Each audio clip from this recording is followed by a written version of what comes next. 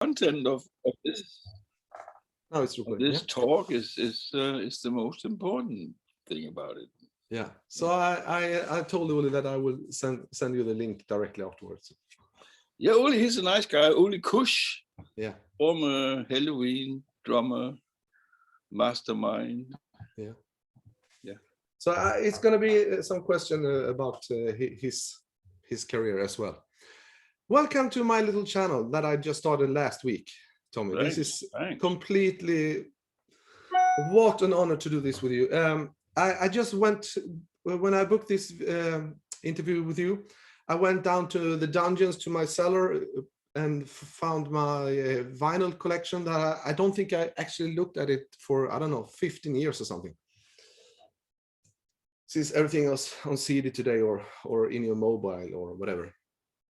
And I found out it's completely insane. Almost 50% of all the vinyls I own, and I own a lot actually. But there is something that you did on this record that from my childhood, you know, like everything from mixing, producing, or isn't it that then you had played some keyboard or did some choirs on it or whatever, you know? Yeah, like. sure. Yeah, well, I think it's a certain energy. It's a certain, I don't know what it is actually, but I know it happens when I join up with the acts over the years, like, and I never really saw myself as a top figure, sort of, but you know, just plain ordinary, straightforward. But apparently, I have some talent, I have some gift, I have something from beyond. I must have, because it's quite incredible, all the achievements I've been involved with, you know. Have you ever had this thought that you actually created something completely new with the first Keeper album? You know, with a band and the how legend it is, but also the sound you made and everything. You actually started a whole genre of power metal. Yeah, I know. I realized that. Yeah, but well, for me it was quite simple, you know. And yet again, it was totally different from what I was used to, and for that matter, a lot of other people too, because I was just doing recording like I've been doing for the last many years, you know. And so I was asked if I would be a part of this production with this German band called Helloween. I think they sent me Judas and Walls of Jericho, first albums they did, you know. And I was in the studio, I just brought it there and I put it on and wow, man, I never heard anything like it. I grew up with, you know, drums being groovy, like doom, down, doom, doom, down. And this one was like, wow. I had to, well, honestly, I didn't understand it, but I could feel it, you know. And I knew this is great, and this I want to be a part of if I can be a part of. We will go back to Helloween later on, because what I did when I find my vinyl collection, I just picked out some things that I, you know. So from my original idea for this interview was that I want to go completely nerdy for my own sake, but I found out that I want to do this more like a tribute to you. The impact you had on my life, just to show different albums, and maybe I have some question for some albums and stuff like this. You're welcome. Yeah. So we will go back all the way to 1983. Do you remember this one? Yeah, Tyran Pace. All Shivers. Fantastic album. Oh yeah, my God. But you know, such a great singer he is. I'm so happy to see how he grew and what he's doing today and how it works for him today. I mean, since you recorded him already back in '83, were you somehow involved to recommend him to Gamma Ray later on? No, I don't know. You know, I'm not such a central power person that decides what goes up and what goes down. I just do my job, you know, basically. Do you remember some songs from this album? I mean, this is a long time ago. Mm. I didn't remember. I had to check the vinyl itself. Not specifically any song, but I remember the feel, and the feel was good. Yeah. Funny note about this album. The opening track is called "Saints of Rock." I actually recorded that song again some years ago for Ralph's solo album. He had this on his solo album. Great. Yeah. And the last song that "We Are Strong," fantastic ballads. I still play it every summer. It's like childhood memories for me. Well, but you know, those days, well, basically, let me tell you a story, right? In 1979, I had a studio going on in the city where I was born and where I live, and I still live today, right? And from this very same city came a band, youngsters. They visited me and they said, "Hey, we want you to listen to this. We have something on a cassette here." Okay, let me hear it. And so I hear this and I say, "Hey guys, please be a bit innovative. I mean, we were doing stuff like this 10 years ago, right? You know, I come from the hippie period. I had a band called The Old Man and the Sea. And we did power rock 10 years ago from that point where they entered the studio and presented this tape to me, right? But they thought they had a pretty good case. And of course, it's Pretty Maids we're talking about. Yeah. So that got me started, you know, and that became a ticket into Germany. So I was presented with all these lovely young bands following that line at that time. It was basically like it was a kind of a hard rock institution going on, like Accept and Schenker, and the whole thing was pretty much centered around Hanover in Germany, right? And I just came into that melting pot, and wow, man, it was so lovely.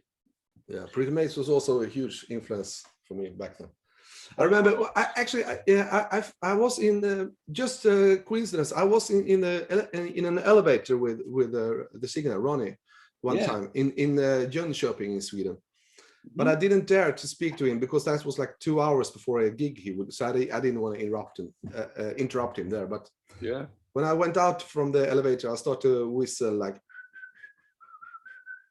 from the future, just to pay a little tribute. I thought that was okay. I wouldn't like harass him in the elevator before the gig. You know, he's very sick these days. Yeah, unfortunately. Yeah. On this Tyran Pace album, something that I noticed because I listened to it today again.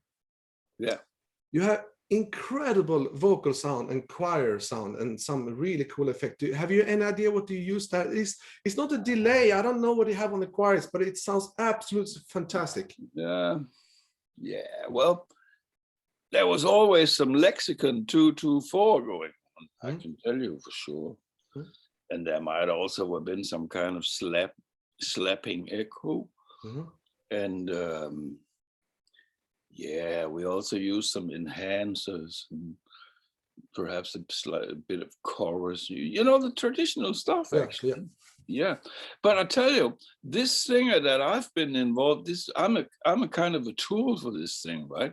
It's a certain energy, it's a certain feel, and it's a certain way to achieve that. And if you start looking at the result from an analytical perspective, you might not find everything perfect, because this is all modeled with the stomach more than the ears. If you follow my drift, it's pure feeling. You know, for some reason, I have access to all these artists' feelings, and I can control them, and I can lead them, and I can collect them, and I can make them very powerful, you know? And that's why I think I had all these grooves added, you know, the different bands, you know. Do you think it was more on a how to say, emotional level back then, where you couldn't like look with your eyes about the EQ, and you know, you have to go on feel. It goes by feel, man. The rule is, well, now I sound very stupid. Break the rule. But you know, it's not, I don't operate by the book. I operate from here to there, you know. Are you self-taught, by the way? Did you went to some? Yes, Okay. yes. Well, basically, I grew up as a musician. Started playing very young age. Beatles, She Loves You, got me started. Mhm. 63, and well, it's been music ever since. And of course, I tried to make, like a breakthrough, trying to get a career, trying to be a pop star, rock star. But years went by, and I had my 30th birthday, and I thought, okay, perhaps it's not front row. I got to do my work. Let me back up some talented, brilliant people. And that worked a lot better for me. So I found my place. But of course, it's always important in life that you find your place. Yeah. But that's what happened, and one step took the next. It's quite easy once you got a snowball running. You, at a point you can't stop it. Because I will direct this next question to this album, because it says a little about how important you were for this genre of music back then. This album. The Chroaming Rose. Yeah. I would say, for me, this is top 10 of albums of all time for me. I have listened to this. Great, man. And the drum sound of this is complete. It's insane. It's so good. If you think about it without triggers and everything, it's like fat and it's like distinct. And he's also a really good drummer, by the way. He plays really fantastic. He's a good drummer. Yeah. Well, we recorded it in Denmark, and we borrowed from a friend of mine, Klaus. We borrowed his huge Sonor drum kit. I don't know about any bigger, more expensive setup than what he had at that time, and it really sounded great. And I have to tell you a little story about this album, because back then when I came to the record shop, I didn't know anything about this. I saw the logo and I turned it around and it said produced by Tommy Hansen. That was the only info I had on it. And my bus was leaving in 10 minutes to my town. So I had to think, okay, do I dare to buy it without hearing a note? But it ended up to being one of my top 10 albums of all time. Great. But the funny thing is that I bought it only because of your name. That says a lot about your reputation. That's this business it just shows how important promotion and promotion. It's all, the possibility of people getting the stuff at hand and know what it's about. You bought it up because of my name, so I was a part of the promotion, selling that record, right? Probably why they hired me first place, anyway. Mm-hmm. And it's just it's hard to make those mechanisms work, especially these days when the record company is not earning a lot of money any longer, right? So they cannot afford to put all that pressure that they used to do. But of course, other ways have opened up. Everybody can release on their own, and it doesn't cost a lot, because everything is more streaming now than ever, right? Yeah. So the CD is dead and the streaming is still okay, and the vinyl survives. How did you do all these orchestral parts back then? Because sometimes it sounds almost like an orchestra in some arrangement. The song Garden of Eden, for example, is like really majestic. And well, we were thinking like that, we wanted it to be epic in that sense. And basically I was chosen for that because of Helloween, right? Mm-hmm.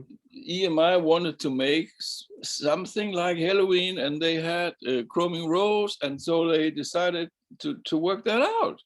And I was asked because who was closer to get it than me? I had just proved it with Helloween, right? Mm-hmm. But of course, it's not Helloween. It's Chroaming Rose. It's a different story, right? But still, an absolutely fantastic album. It's a quite unknown jewel for a lot of people, I think. I'm so happy that you enjoyed it and you came by, and the boss was making you decide to go for it. And we talked a little bit about this one. Yeah, that's beauty. And just to make sure I got this right, because the only info from the back is from the vinyl itself. But yeah, you did this with Tom and Newton, but this one you mixed. Am I right? Yeah. Yeah. I remember back when this album came out with the part 1 and 2. I remember that because in that age you like everything more like brutal, and I remember I liked the guitar sound better on the Keeper 1. I don't know if that's my taste today, because now I'm older and I like the Marshall sound. But I remember back then, you know, if you are like 14 or 13 or something like this, to me it was more brutal. But I wouldn't say better. Yeah. But I'll tell you why.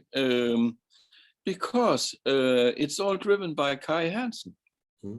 It's Kai Hansen all over the place.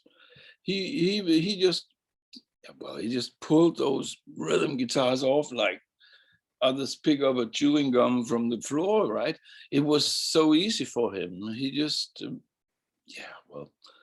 I think we did the whole record in about 4 hours or so, the rhythm guitars. Oh my God, huh? Yeah, because we only did like 2, you know, one for the left speaker and one for the right speaker.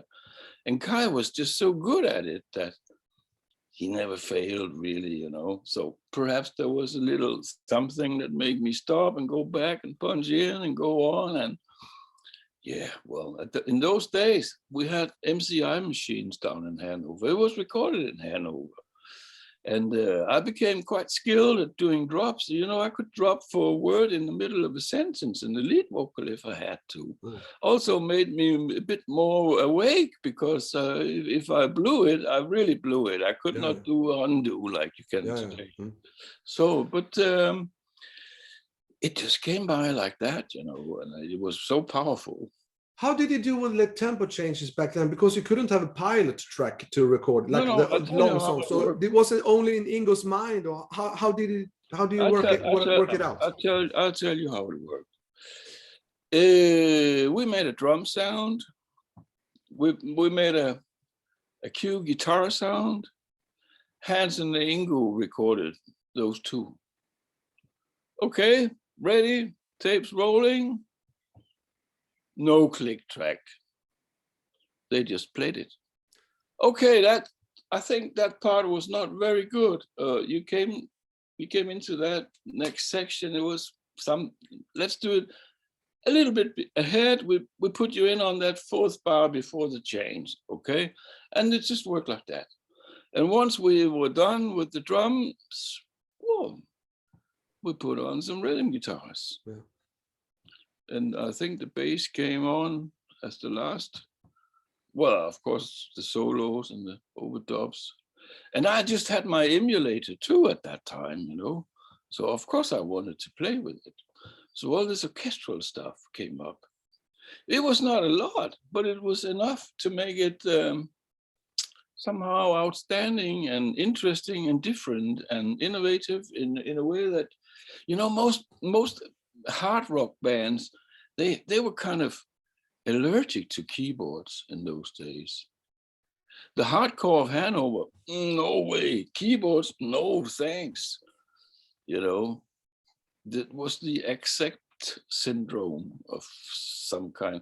And I came down with Pretty Maids under my arm, right, with loads of keyboard. That was also one thing that was making Pretty Maids different than the rest. It was they were not afraid of harmony and the color from chords played by keys. Did you play keyboards on the album, on both albums? On the Helloween, yes. Yeah. Yeah. So it is you that play this absolutely fantastic part in Dr. Steen, this almost like a Bach organ. Well, you know, there was always this guy, Jörn. Ellebrock, yeah? Yes, exactly. Who was doing, whenever the band went on tour, he was the man to do it live, right? And then, and gradually he came more and more into the process. For example, he and Wacky could spend a day or two over at the other studio preparing stuff. So I cannot take credit for it because my memory is not that precise, to be honest. But it's very likely that I did it. But it could also have been Jörn.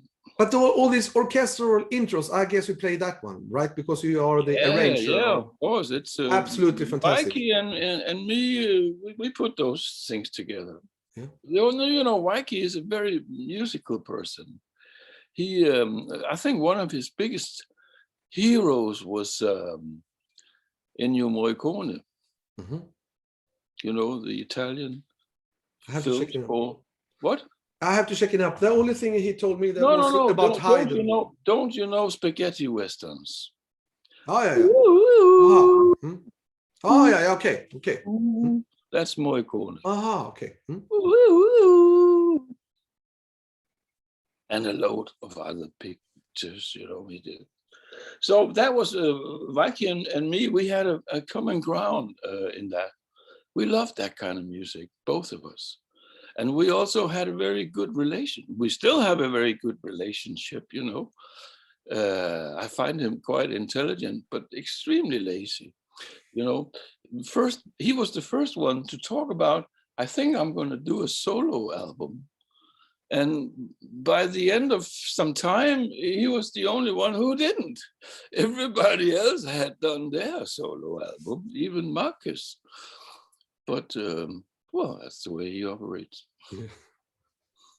Okay, then we go to this one, which I consider the best album of all time. Yeah. Well, that mix was done by Tommy Newton. And it came about because at one point in the production, of course, when we did that second, the band had already established a huge success all over the world. So the Noise Records, they were making money with this act, of course. So it was no problem spending money on them. You know, we had all the time we needed. Well, we also had that for the first one anyway, but that was it. Everything was cool. So at a point, they just wanted to have a rough listen to what we were doing. And I asked Tommy Newton, well, could you please make those premixes and send them to Berlin? Sure. And of course, he saw this as an opportunity, a chance for him to prove his worth, you know. So when I came up with my suggestion for the sound at the end, I went a little too extreme, you know. I started using slamming doors in the hallway for kick drums and stuff. Yeah. Yeah. Was that Vicky's idea or was it your idea? No, it was my idea. Okay. But it was too much, you know. So I went over the line, over the top, and they came to listen and say they told us, well, actually we like those premixes better. All right. So that was why we ended up in the situation where I withdraw myself from the desk, and Tommy Newton did that mixing. But you still did the intro, and you also did the Don't Run for Cover, right? Yes, I did a lot of things on that album. Yes, for yeah, sure. but I mean, just mixing wise, I mean. Yeah. I only did the intro, I think. Yeah. Basically, the whole sound of the album is thanks to Tommy Newton. I have a question from a friend because Janne, he had the official Helloween fan page before. Yeah. Back in the days, so he always helped me with question to the band. So I owe him this question. Did you notice anything that Kai want to leave already in the studio? Did it affect the process in some way? Was it any kind of, you know, like?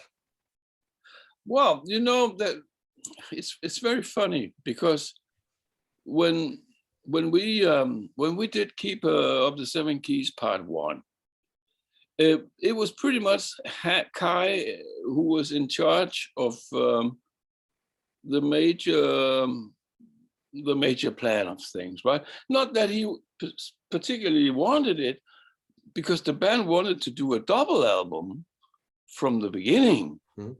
But the record company said, no.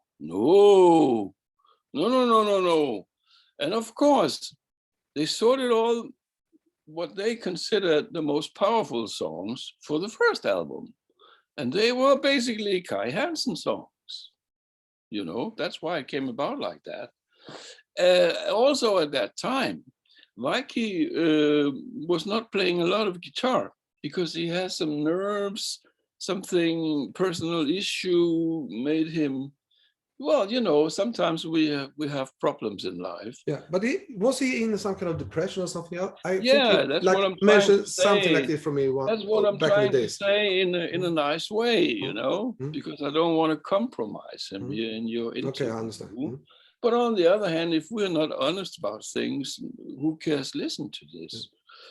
So he was a little bit set back, but for the part two, all the songs that been waiting, there was more Viking songs than Hansen songs. And so I don't know about Hansen. Maybe he got jealous or something, or he wanted out. Yeah, certainly he wanted out. I wanted out. Even made a song about it, right? And I guess he was, his estimate was that, okay, if I leave, success leaves with me.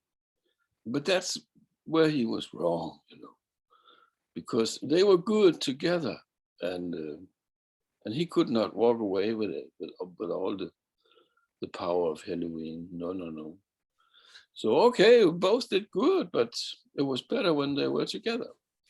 Isn't that quite a common formula for success, that you need at least two members that are like some kind of, but that make something, you know, the ingredients of that person and that person make it, you know, like, of course, but only in this case we had three, because we also had Kiske. So we had three main characters, like, you know, planets with huge force of interacting each other. And it was almost like you could, if you had like Hansen on one side and Weikart the other side, you could almost see lightning between the poles, right? And in the middle there was Kiske. Bang! Of course it was a success. How did they handle this success? Because they were so young. I can imagine being that young and have that much success. Yeah, well, you know, funny some thing, can't take it, some can. I mean, it's yeah. A funny thing about, for example, Ingo, the drummer, right? Such a nice guy, very energetic type, very fresh, very healthy to look at, very loved by the girls and stuff, you know, a real character, right? And the thing about the relationship between Weikart and myself was very good, also because I understood his problems, because I've been going through the same problems 10 years earlier, you know, the age difference between us. So we were talking a lot about problems, and Ingo, he picked up on this. He said, problem? What do you mean by problems? I don't know about problems. Well, it's like you can have anxiety, you know, being afraid of being afraid and stuff like that. It happens to a lot of people these days. And that guy, he came so bad off that he had to kill himself in front of the train, right? Because he really found out what troubles were. Yeah. It's very heavy to think about in that perspective. About Ingo, I have a female friend that was a huge fan back then, and she had this Helloween tattoo here. And she told me this was like, I don't know, 5-10 years ago, that she wrote letters to Ingo back then in 88, 89, and he replied everything, handwritten letters to her. All right. That's really fantastic. Just for a fan that they never met or anything, just that says something. Yeah, well, he was for sure a poor soul, you know. Yeah. When you get driven to end stuff, to end your life in that way, you're bad off, really bad off. And he was bad off. So he found out. Yeah. Yeah, I really liked his playing. Oh my God, that album really changed my mind. But that's the thing about Helloween. It's so positive, even though it's very strong and energetic and macho in a certain. So it's all quite funny, you know. Yeah. They never take themselves too serious. But did you, because you said that you had all the time in the world, but still, if you look at the album, everything is recorded and mixed in 2 months, which is unbelievable fast, since you did like 4 B-sides and everything, you know, like. Yeah, but Ronnie, where I came from at that time, we were much more efficient. I just couldn't understand why we had to go to a cafe and why we had to watch a movie and do a joint or two, and then perhaps do 15 seconds of solo and say, oh, it's a good day. It was a different time. Well, it was quite cool to lean back and enjoy the ride, sort of. But I was used to work, man. Yeah. I felt like a fish in the water when I was working. So I was a little bored by all these breaks, you know.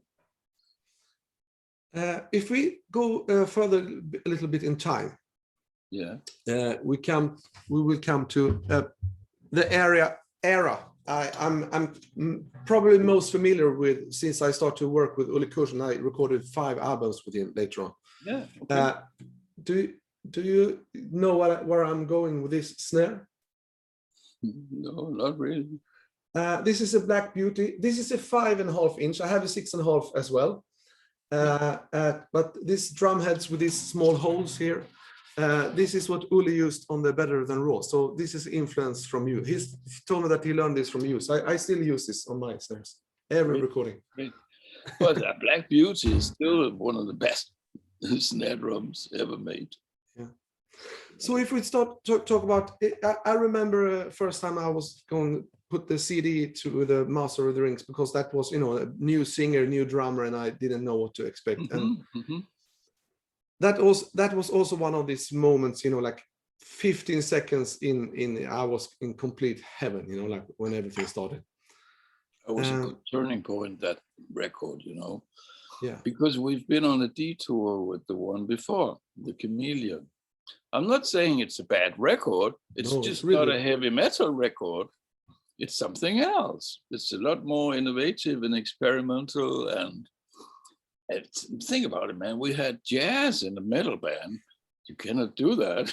The crowd will kill you.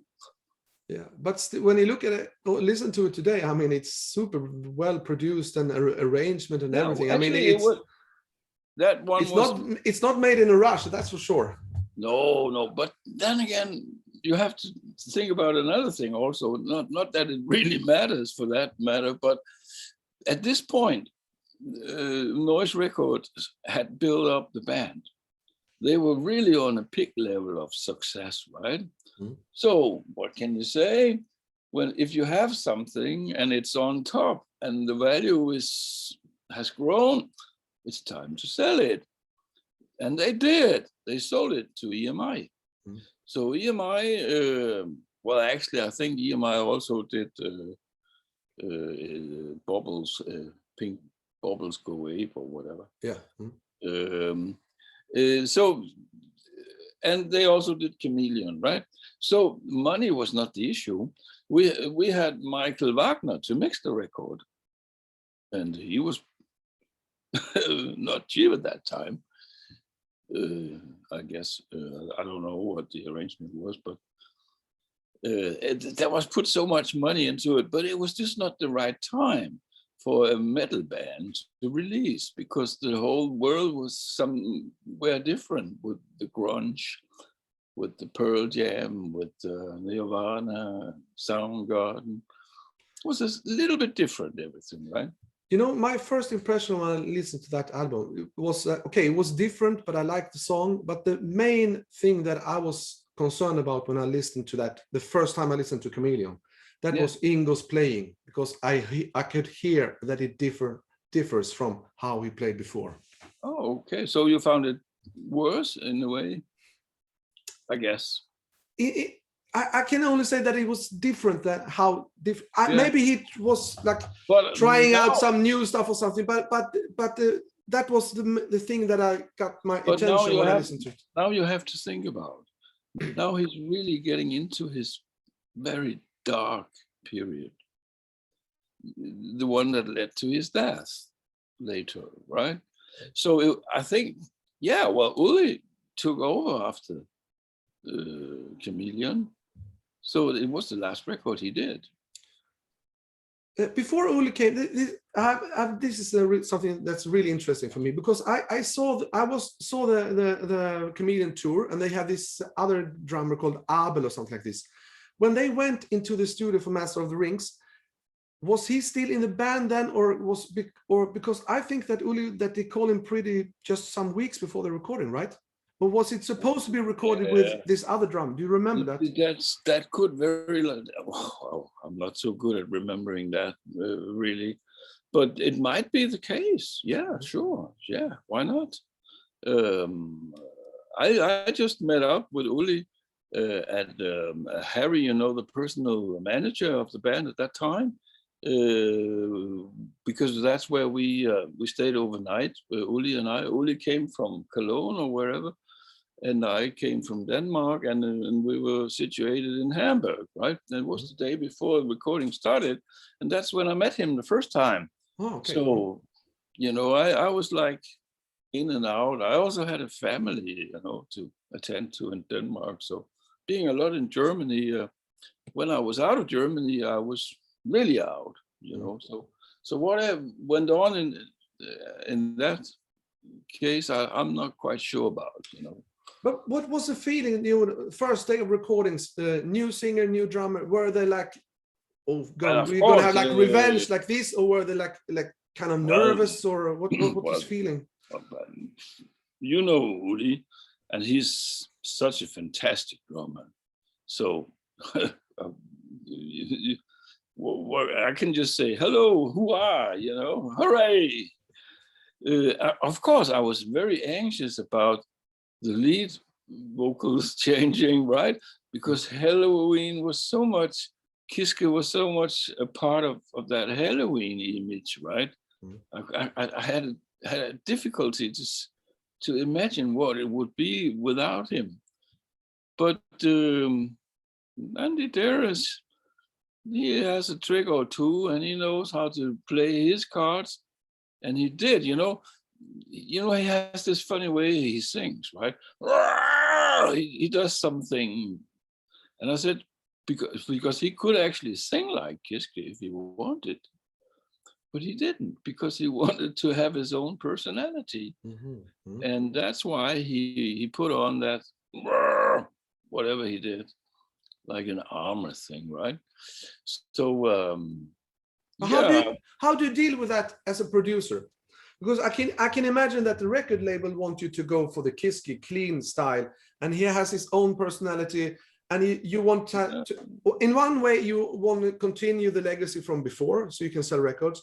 On the other hand, you don't want to have a pale copy of something that, you know. So how did you think about this as a producer? Because that's a very interesting. Yeah, but I don't really think I was so much aware of that, you know. I just, okay, so we do this step. Okay, should we do that step as next? Okay, so we do that. You know, I didn't really think so much about it in that sense.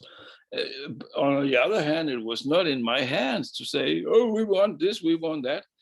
Yeah, I possibly could have tried it, but that's not my style, you know. But it was nothing from the label that they want to push your sound more like Kiske compared to Pink Cream or something like this. No.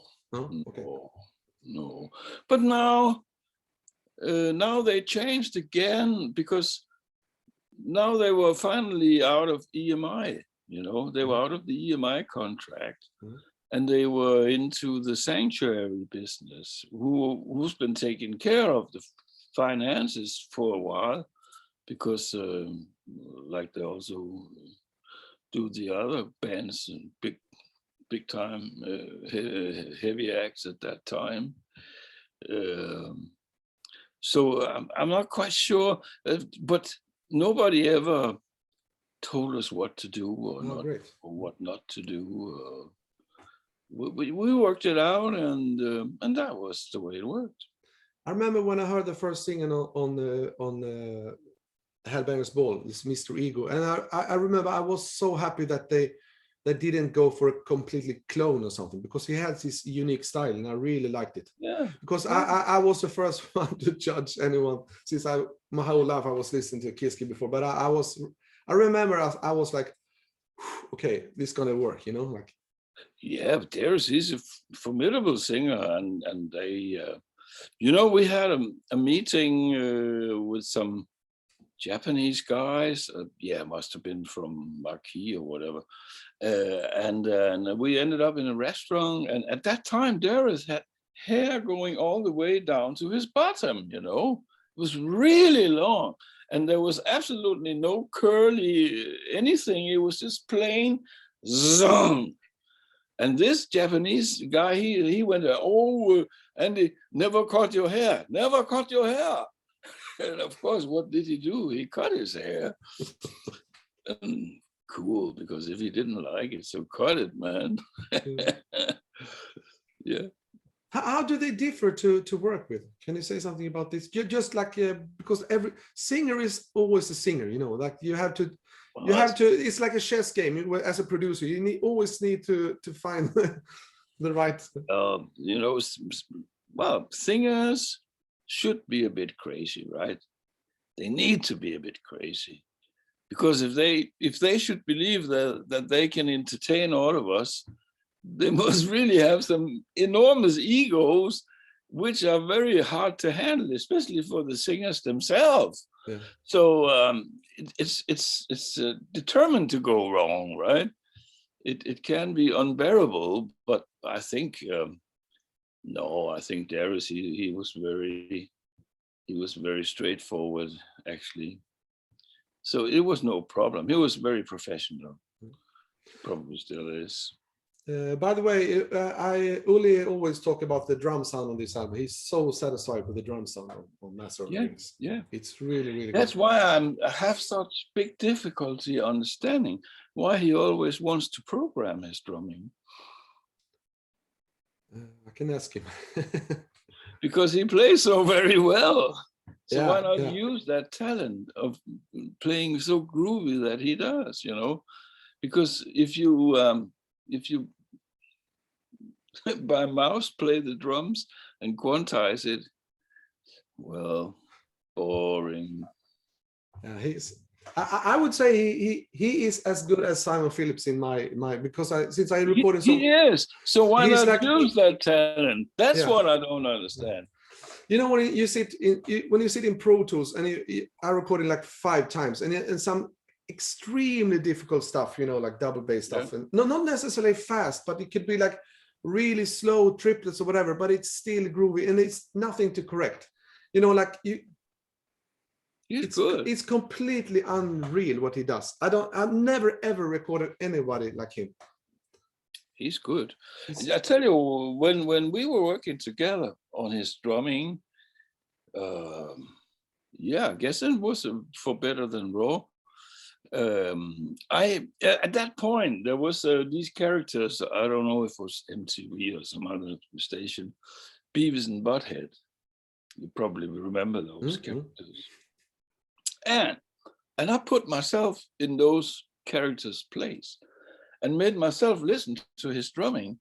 And if I felt great as being Beavis and Butthead, we had it. Yeah. This sounds very funny, I think, but do you understand what I'm trying to say? Yeah. I put myself in those youngsters' minds, and by that I just, because there was no mistakes, it was just a matter of, did he grab me by the heart or did he grab me a little bit less, you know? Yeah. Because he was so good. The first takes would have been fine, but of course not for him. So, but we did it and it worked, and that was it. So after Master of the Rings, I will never forget this. Then I bought the single for Power from the Time of Oath. Yeah. And one of the most proud items I own is what I got from Uli. Oh, this one. Yes, but that's a beauty. Yeah. Look at it, 200,000 units. Yeah, I'm proud of it, man. Why did he give it to you? Okay, I think I can tell you this. Because the first album, okay, I'll just put it this way, that doesn't fall. Because he said that I got his inspiration back after the Masterplan album. It was the first album he recorded drums in 7 years or something, 7 or 8 years after the first Masterplan album. So that's because we did this album together. That was the first of 5, and we worked so well together. So the next time he came, he brought this, and he said that I gave him his inspiration to play drums back. So that's something that I really nice gesture. Yeah, it's fantastic. Absolutely. So this Time of Oath, to me, this is the highlight of the Darius and you know what? Era. It's just the songs are incredible. Songs. Just great songs. Yeah. Nothing but great songs. I remember driving down there with Jan Ellerbrook. He collected me in Denmark, and so he had the latest tapes of the rehearsals, and we put it on in the car. Wow, man, the grin was getting bigger and bigger because I could hear, whoa, this is fantastic. Yeah. So many good songs. It was just not 1 or 2 songs. It was almost all of them. Yeah. To me, this is a keeper album of the Darius era. It's all songs are like, oh my God! It's and the drums on this, how he plays, and also the melodies and the arrangements and. Yeah, the songs, man. Yeah, the songs. Even I think it's also one song there where all the members are combined composers from the song Mission Motherland. Likely, yeah. Yeah, because it says Viking and Helloween, so they kind of did some parts together, everybody. Yeah. But that album is, and it also have 2 ballads, which is kind of rare for a power metal band. But I love both of those ballads. You know, the Helloween crew has always been very talented musicians, very musical. And that's why we had such a good chemistry, because I also consider myself being a musical person, not a trash metal character, but harmony guy, you know? Yeah. Do you still have the master tapes for this? Is it possible that you do a remix of this album in the future or something like this? No, I don't think so. No. Once the tapes were by here and I made copies, but somehow I don't know where they are these days. But the original 2-inch tapes are somewhere in the Helloween premises. Oh, okay. So, but I think. Well, I don't know about the interest of doing that, but probably the originals will work as they are, you know. Of course, they are. They did. They do. You know, the funny thing is, they still sell those albums. Yeah.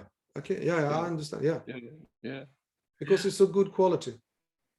Well, it's certainly milestones for metal persons who either are fans or doing music on their own, or it's a milestone somehow that they can relate to.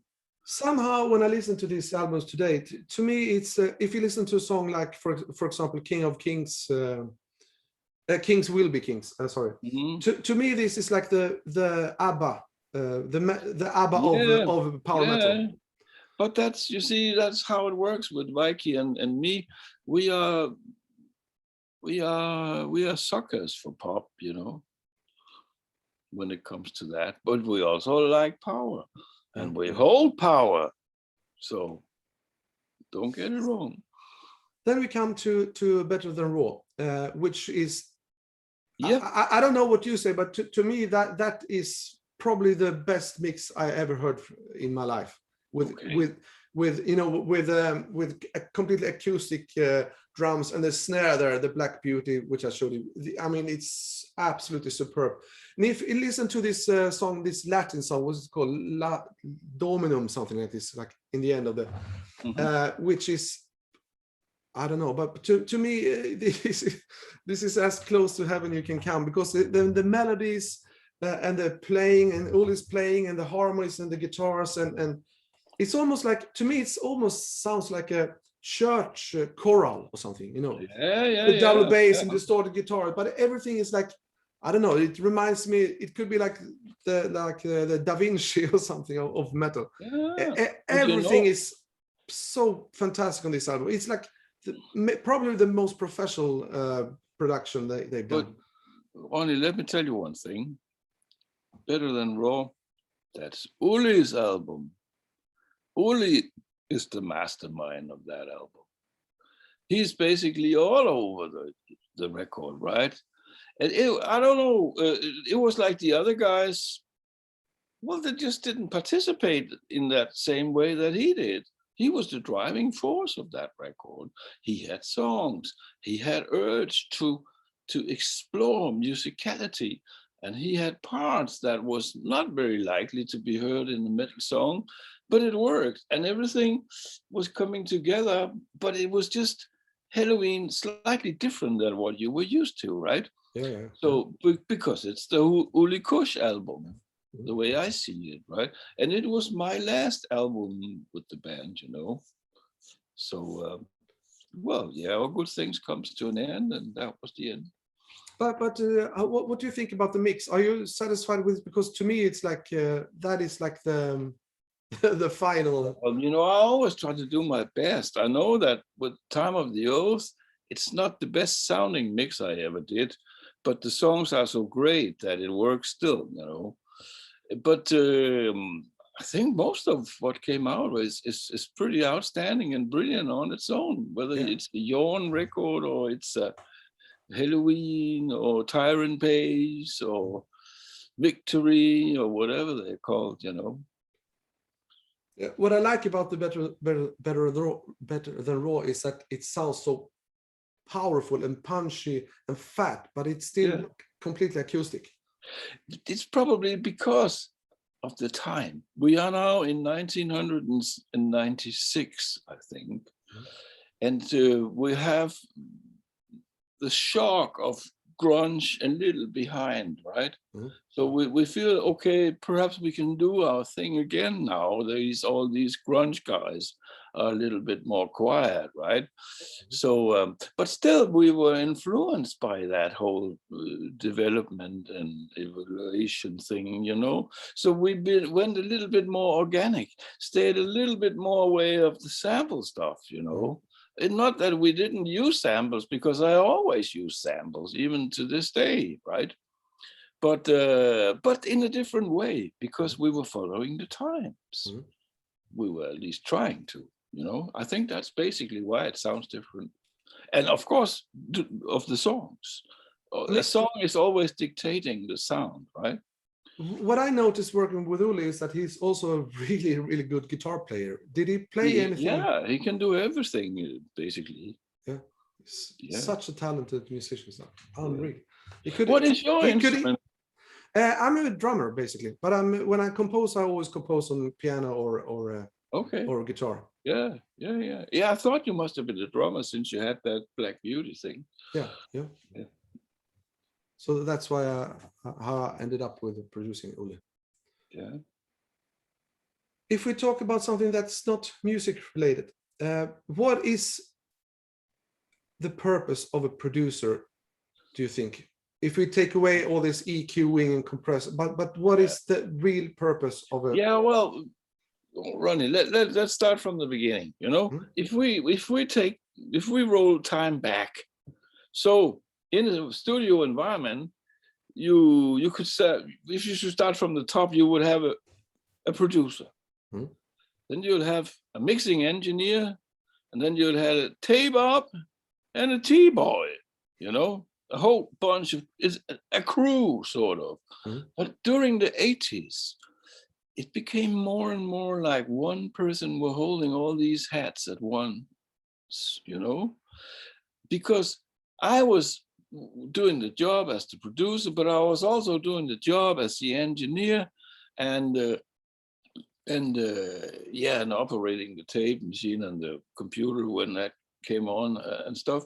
So because to me, I felt it was the shortest way of getting achieved what I wanted to hear. I didn't have to explain to somebody to give me this sound. I would rather turn on the knobs and I have that sound I was looking for, right? So it was very practical, but it was also putting quite a lot of strain on me, but I loved that. So it was no problem, right?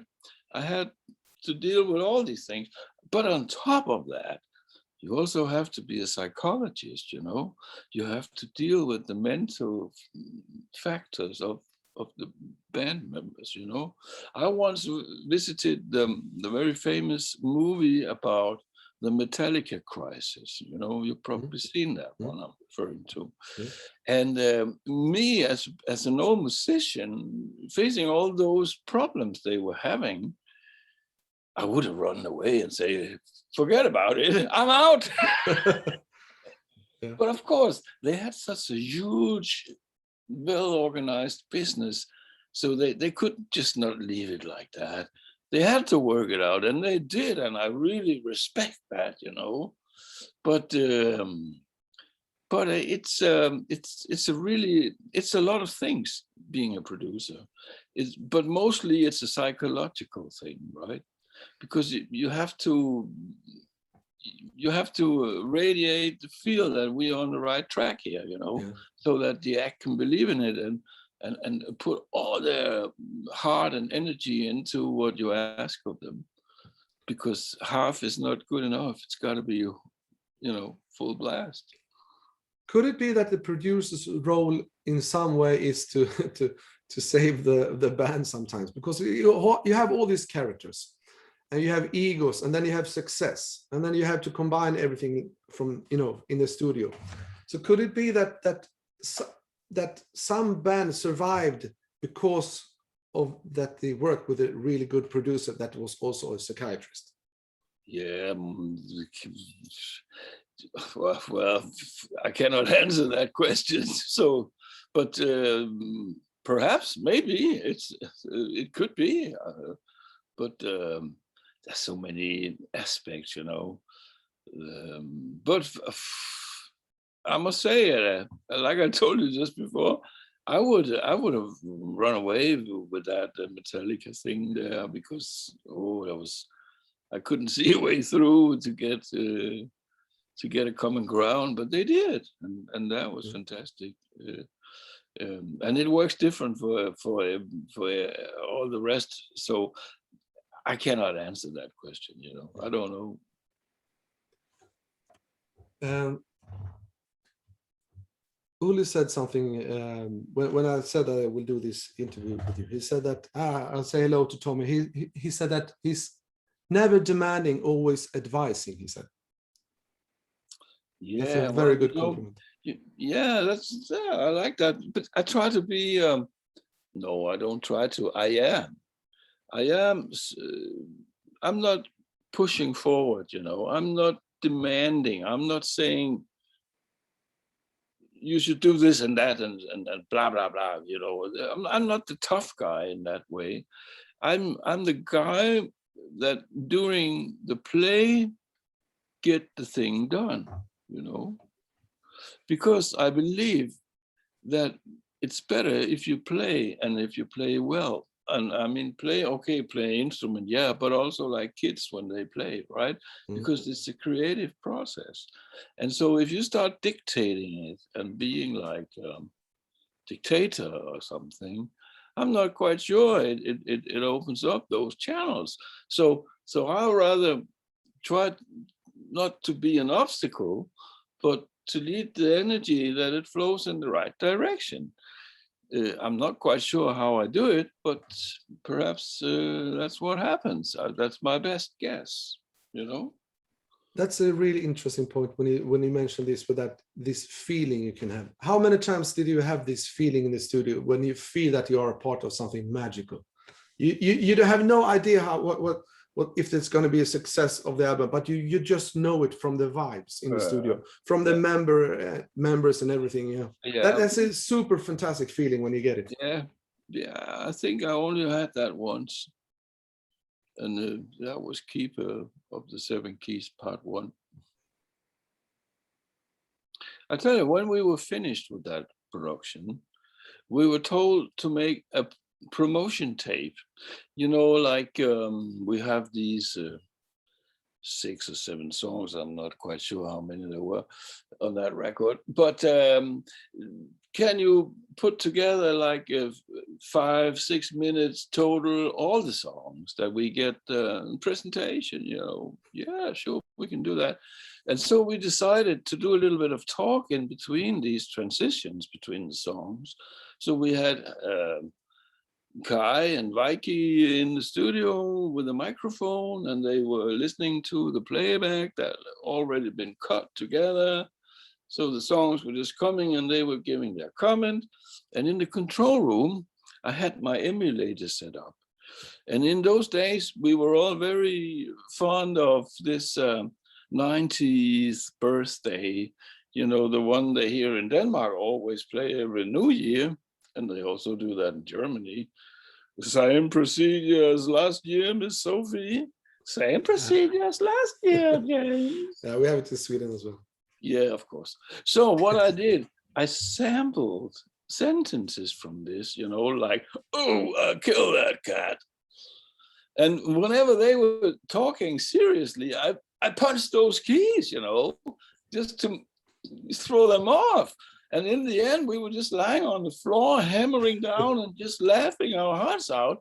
But it was because we were so happy, because we knew what was about to happen. Yeah. Yes, you can feel it when it happens, for sure. But I only felt it once in my life, and that was that occasion. But if you not that I'm not satisfied with all the other productions, but this is one standout. Yeah. Yeah, if I would start a completely new genre of music with my mix or production, I would be satisfied with one. So yeah, well, it's but you know, I have this belief that, yeah, of course you need to be clever and you need to be energetic and you need to learn what you're doing and you know, improve your skills and all that. But I really believe that it comes to you when the time is right. It will happen, you know. Yeah. And it will not happen sooner or later. So you might as well rely on that and find peace with yourself, because you cannot force it. Yeah. And that happened to us, to me, to Helloween at that time. And the peak point, that was in 1985 when we released Keeper of the Seven Keys Part 1. That was very magical moment, I can tell you. And I went to England with the guys to play backstage the keys from the album. Yeah. All right. I did 3 jobs with them: Manchester, and Birmingham, and Odeon and Hammersmith in London. Wow. And it was pretty amazing, everything. It was yeah, almost like going to the moon in a way, you know. It was so interesting, so many new things happening. And yeah, just to see how it worked and everything, be a part of it, you know. Incredible. And again, I believe it was bound to happen. And of course, Noise Records did what they had to do in order to promote everything and make sure that everybody came and everybody was invited and all the promo stuff that needs to work. And they did it brilliantly. Yeah. But then again, they had to, because it was bound to happen. That's my belief. Tommy, this was, I will remember this for the rest of my life. This was such a fantastic. Yeah, but as I showed you, the impact you had on my life from everything you did, like, and to be able to speak with you, and that you gave me the time to do this, like, it's only a pleasure for me. Yeah, so fantastic and so much knowledge. You know, I've been so fortunate and lucky that I just dropped in on among these characters and these bands in this time, and I had the ability of pushing the right buttons and doing and yeah, I'm just happy, man. Yeah. Such a pleasure. Yeah, there is actually there is a legacy that you actually created. So I know, and it's hard to believe in it for me, you know, even though I'm tempted. thank you, Tommy, and You're I wish welcome. And I wish you will all the best. Also, like you were about to wish me, I guess. Yeah. And I wish you a lot of success with your new channel here. That it will be a well thought item that people will appreciate, and there will hopefully be more good ones will follow. there will be more people here in this channel that you are related to somehow. So Yeah. Give my regards. I will. Yeah. Thank you, Tommy, for everything. All right then. See you Bye-bye. soon. Bye bye.